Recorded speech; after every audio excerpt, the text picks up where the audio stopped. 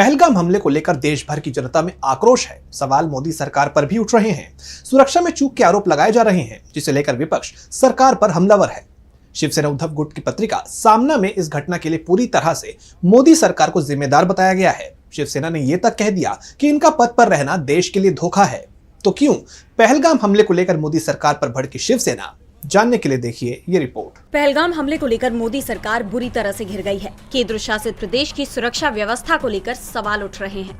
शिवसेना उद्धव गुट ने इस हमले को पुलवामा के बाद सबसे दर्दनाक और भयानक बताया है, लेकिन साथ ही ये भी कहा कि ये पूरी तरह से सुरक्षा चूक का मामला है।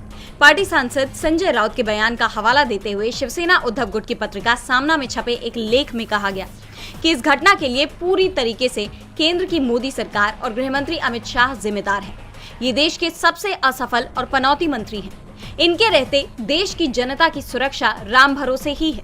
ऐसे व्यक्ति का देश के गृह मंत्री पद पर रहना देश के लिए धोखा है। संजय राउत ने आगे कहा कि सरकार में बैठे शाह जैसे लोग बड़े बड़े वादे करते हैं, लेकिन अंदर से खोखले हैं। इनके दिमाग में 24 घंटे बस सरकार बनाने और गिराने का खेल चलता है। विपक्ष के किस नेता को जेल में डाला जाए तो किसे खत्म करना है, किसको खरीदना है, 365 दिन इनके दिमाग में यही चलता है। इनके दिमाग में नफरत और धर्म की राजनीति चल रही है। उन्होंने कश्मीर में सुरक्षा की कमी के लिए मोदी सरकार की गलत नीतियों को जिम्मेदार ठहराया और कहा कि पिछले कई सालों से आर्मी में 2 लाख पद खाली हैं। उन्होंने पीएम मोदी के बयानों पर भी निशाना साधा। राउत ने कहा कि ये लोग कहते हैं कि आतंकियों को करारा जवाब देंगे।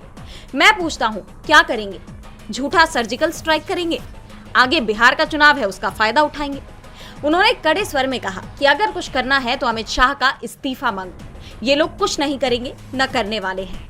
इस घटना ने मोदी सरकार पर गंभीर सवाल खड़े कर दिए हैं। अब इस पर सरकार की तरफ से क्या प्रतिक्रिया आती है? क्या गृह मंत्री इस्तीफा देंगे? ये देखने वाली बात होगी।